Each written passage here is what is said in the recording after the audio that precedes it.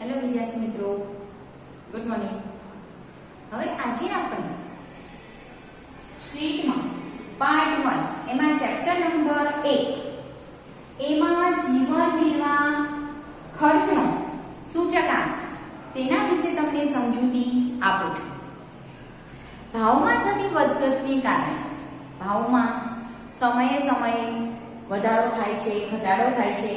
એના લીધે સમાજના જુદા જુદા વર્ગના લોકોના જીવન નિર્વાહ ખર્ચમાં થતા ફેરફાર માપવા માટે અને તેનો અભ્યાસ કરવા માટે જીવન નિર્વાહ ખર્ચનો સૂચકાંક શોધવામાં આવે છે.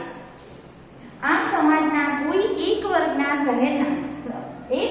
લોકોના કોઈ એક સમયે જીવન નિર્વાહ ખર્ચમાં આધાર વર્ષની સરખામણીએ ચાલુ વર્ષનો માસિક ખર્ચ સાપેક્ષ ટકાવારીમાં આપણે શોધીએ તો એને કહેવાય જીવન નિર્વાહ ખર્ચનો સૂચકાંક.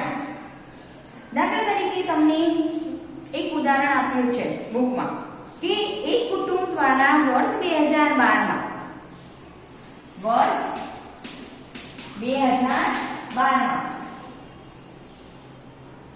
પોતાના જીવન નિર્વાહ પાછળ માસિક ખર્ચ 15,000 ખર્ચવામાં આવે છે. 15,000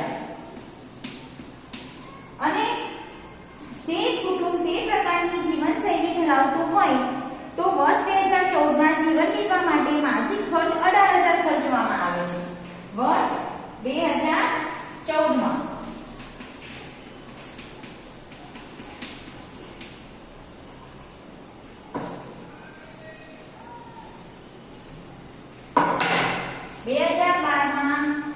$15,000 ખર્ચ કરવામાં આવે છે. વર્ષ 2014માં 18,000 એ જ જીવનશૈલી ધરાવતું હોય એવું જ કુટુંબ લેવામાં આવ્યું છે.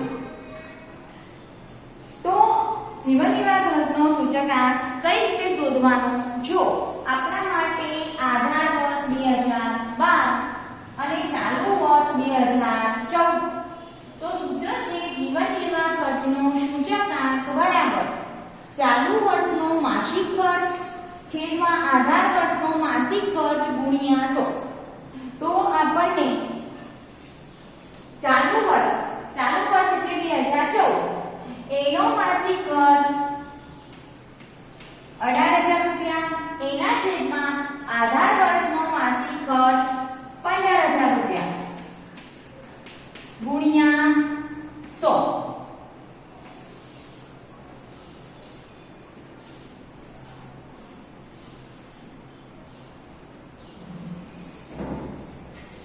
બરોબર. વર્ષ 2014 આપણા માટે ચાલુ વર્ષ એનો 18,000 રૂપિયા માસિક ખર્ચ અને વર્ષ 2012 આપણા માટે આધાર વર્ષ એનો 15,000 રૂપિયા માસિક ખર્ચ ગુણ્યા 100. તો તમારે આવશે 600 ના છેદમાં 5 એટલે 120. તો જીવન નિર્વાહ ખર્ચનો સૂચકાંક તમારે મળે 120.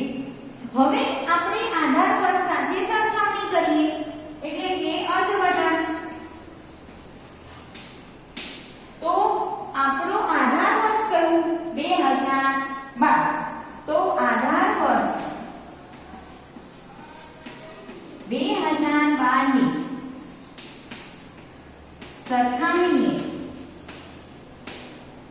કયો આપણો ચાલુ વર્ષ છે? 2014 નું જીવન નિર્વાહ ખર્ચનો સૂચકાંક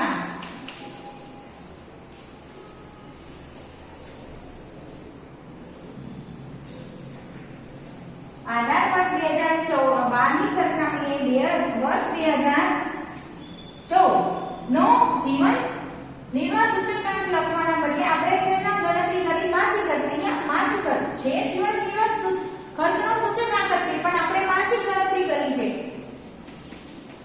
માસિક ખર્ચ કેટલો આવ્યો અહીંયા? 120.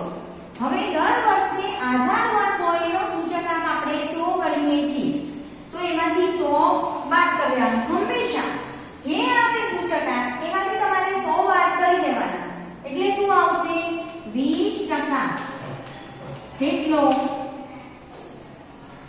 વધારો થયો કહેવાય. હંમેશા અર્થઘટનની અંદર આધાર વર્ષ સાથે ચાલુ વર્ષના ખર્ચની અથવા આવકની સરખામણી તમારે કરવાની. એમાં 100 માંથી જ બાદ કરવાનું. કેમ? કારણ કે આધાર વર્ષ માટે આપણે સૂચકાંક 100 ગણાય. ખ્યાલ આવી ગયો વિદ્યાર્થી મિત્રો? અહીંયા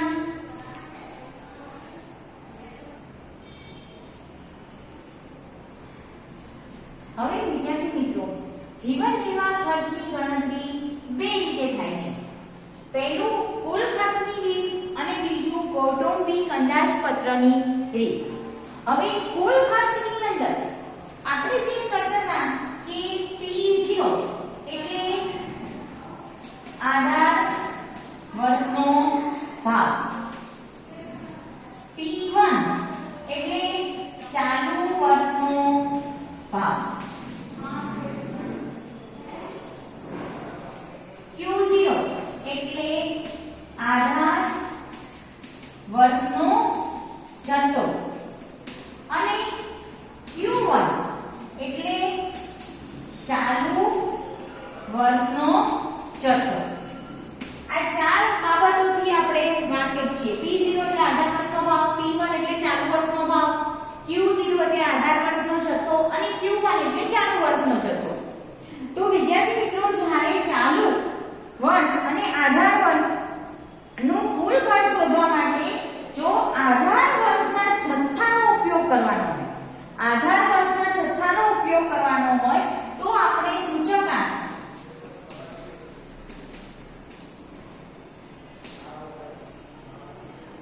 I બરાબર લાસ્ટ પેનું જે સૂત્ર છે સિગ્મા P1 Q0 ના છેદમાં સિગ્મા P0 Q0 ગુણ્યા 100 લાસ્ટ પેર વાળું સૂત્ર લેવાનું. જ્યારે આધાર વર્ષના જથ્થાનો ઉપયોગ કરવાનો હોય, આધાર વર્ષનો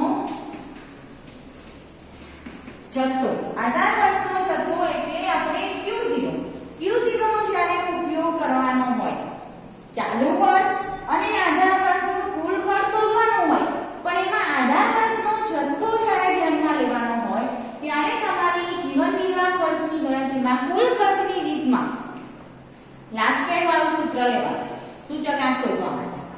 અને જ્યારે તમને એવું કહે કે ચાલુ વર્ષના જથ્થાનો ઉપયોગ કરવાનો છે,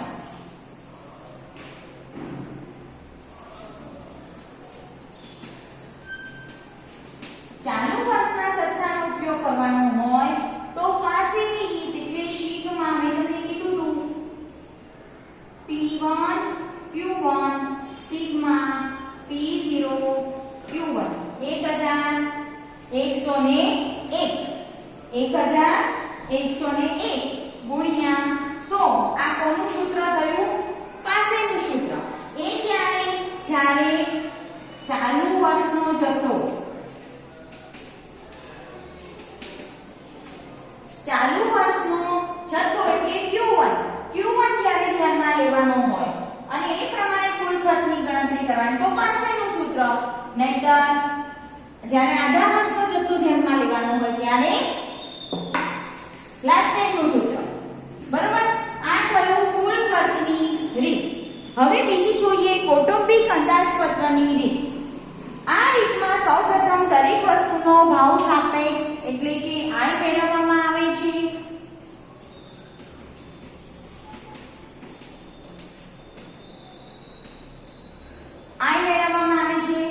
ત્યારબાદ આપણે ભાર એટલે કે ડબલ એને પણ ધ્યાનમાં લેવામાં આવે છે. હવે I નું સૂત્ર શું એ તમને ખબર છે. P1 ના છેદમાં P0 ગુણ્યા 100. P1 ના છેદમાં P0 ગુણ્યા 100. P1 એટલે ચાલુ વર્ષનો ભાવ અને P0 એટલે આધાર વર્ષનો ભાવ. બરોબર? અહીંયા ભાવ સાપેક્ષ P1 એટલે ચાલુ વર્ષનો ભાવ, P0 એટલે આધાર વર્ષનો ભાવ. એટલે I બરાબર P1 ના છેદમાં P0 ગુણ્યા 100 અને ભાર આપણને આપી દેશે એટલે કે W. જો ના આપ્યો હોય તો આપણે ભાર તરીકે, ભાર ના આપ્યો હોય તો આપણે ભાર તરીકે P0 Q0 લેવાનો છે.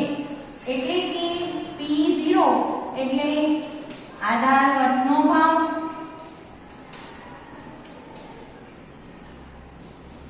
અને Q0 એટલે આધાર વર્ષનો જથ્થો. આને ધ્યાનમાં લેવાનો છે. અને તો સૂચકાંકનું સૂત્ર બનશે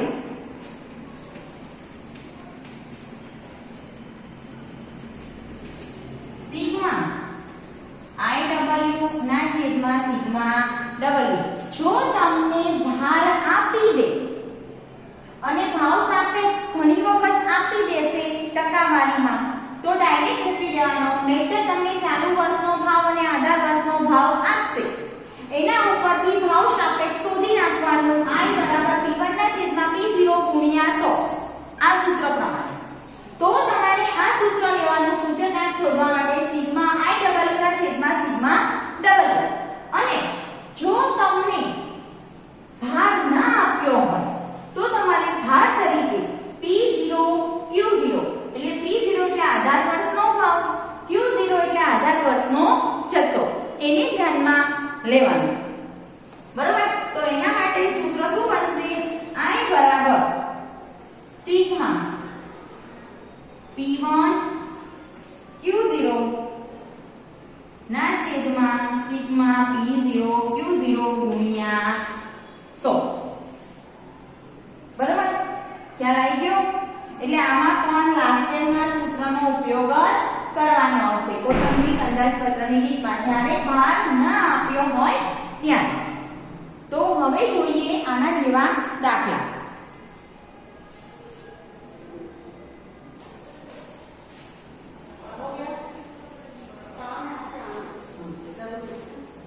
સ્વાધ્યાય 1.4 એનો દાખલા નંબર 2. એની પહેલા રકમ વાંચીશું. ખોરાકી ચીજોના ભાવ અને વપરાશની નીચેની માહિતી પરથી કૌટુંબિક અંદાજપત્રની રીતે વર્ષ 2014 નો સૂચકાંક ગણો અને તેનું અર્થઘટન કરો. તમને વસ્તુ આપી છે, એમાં ઘઉં, ચોખા, બાજરી, તુવેર દાળ આપી છે. વર્ષ 2010 અને વર્ષ 2014 આપ્યું છે એટલે વર્ષ 2010 એ તમારા માટે આધાર વર્ષ થશે અને વર્ષ 2014 ચાલુ વર્ષ. હવે આધાર વર્ષ એનો આપણને જથ્થો પણ આપ્યો છે અને ભાવ પણ આપ્યો છે એટલે કે P0 અને Q0 બંને આપ્યા છે અને વર્ષ 2015 એનો આપણને ભાવ આપ્યો છે એટલે કે P1 આપ્યો છે. બરાબર? આ પ્રમાણે આપણે કૌટુંબિક અંદાજપત્રની રીતે સૂચકાંક શોધવાનો છે.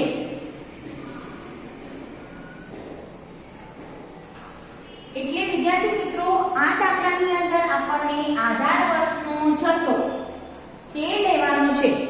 એટલે લાસ્ટેનના સૂત્રનો ઉપયોગ કરવાનો.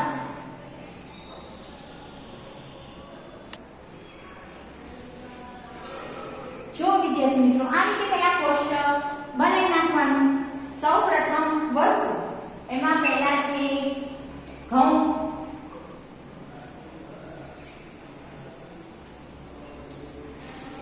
ત્યારબાદ ચોખા, ત્યારબાદ બાજરી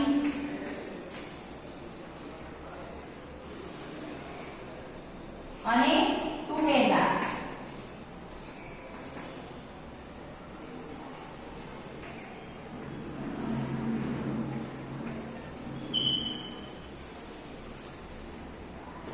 હવે વર્ષ 2010 એ આપણા માટે આધાર વર્ષ છે એટલે એનો જથ્થો એટલે આપણે Q0 કહેવાય. 60, 70,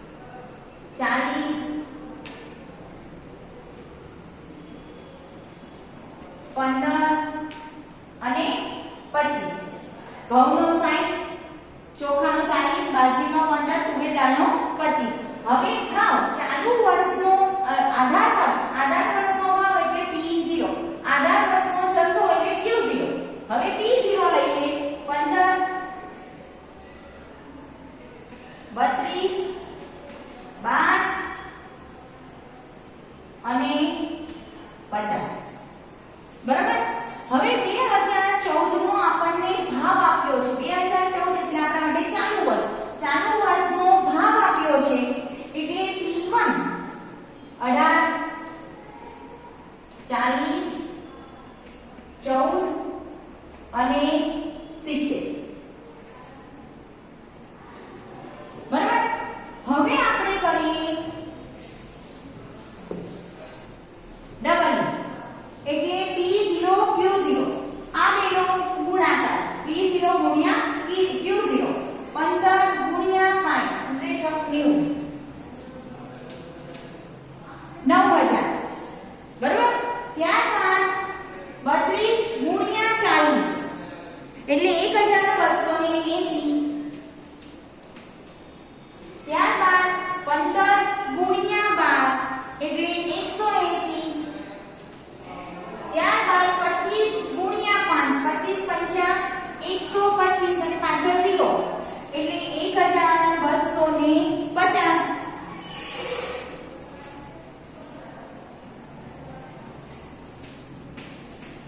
કુલ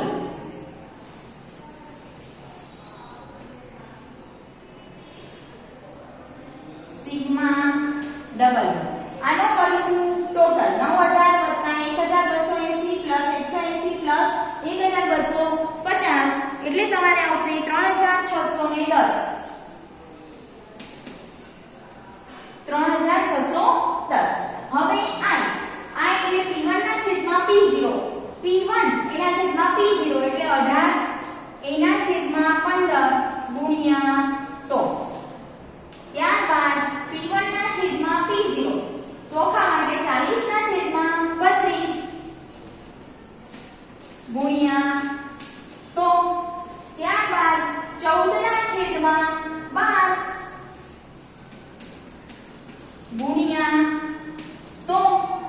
ત્યારબાદ તુવેર દાળ માટે 70 ના છેદમાં 50 ગુણ્યા 100. હવે પહેલું છે 18 ના છેદમાં 15 ગુણ્યા 100 એટલે તમારે આવશે 120.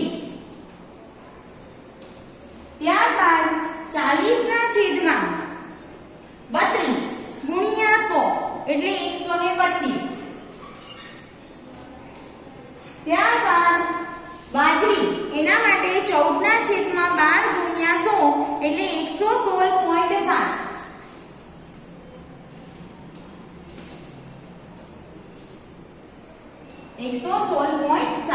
ત્યારબાદ તુવેર દાળ એના માટે 70 ના છેદમાં 50 ગુણ્યા 100 એટલે 140.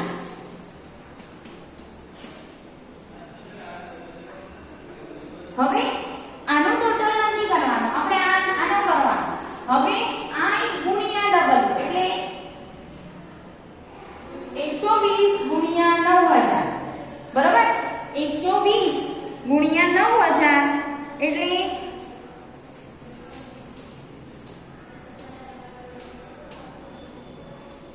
1,08,000 રૂપિયા થાય. 1,08,000 થયા I ડબલ. ત્યાર પછી 1280 ગુણ્યા 125 એટલે તમારે આવશે 1,60,000.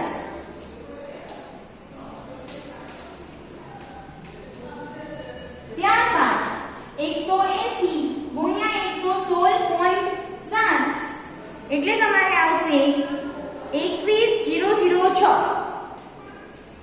21,006. ત્યારબાદ 1,250 ગુણ્યા 140 એટલે તમારે આવશે 1,75,000. હવે સિગ્મા I ડબલ આ બધાનો ટોટલ 1,08,000 + 1,60,000 + 21,006 + 1,75,000 એટલે તમારે ટોટલ આવશે 464006 464006 હવે આપણે કૌટુંબિક બજેટનું સૂત્ર લખીએ.